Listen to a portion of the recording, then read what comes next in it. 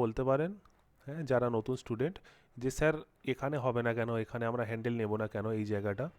কারণ এখানে হচ্ছে দেখুন প্রিভিয়াস ডে ক্লোজিং জোন, একটা রিভার্স এক্সপেক্টেড ছিল, 80 to 90% চান্স থাকে এখান থেকে রিভার্স করে এবং করেও হচ্ছে। তারপরে যখন আবার এলো এবং এখানে ব্রেক করলো ছোট রিটেস্টের পর, এই ক্যান্ডেলটা যখন এই ক্যান্ডেলটা ব্রেক করে নিচে আসলো এবং ক্লোজ দিল ভালোভাবে, দেখুন এখানে ক্লোজ দিয়েছে, তারপরে এন্ট্রি সিঙ্গেল ক্যান্ডেল, হ্যাঁ, ফার্স্ট টার্গেট বুক, সেকেন্ড টার্গেটও বুক।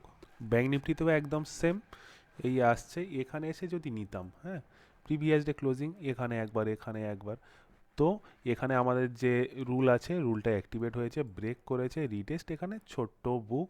এটা করিনি কারণ নিফটিতে সে সময় ট্রেড চলছিল।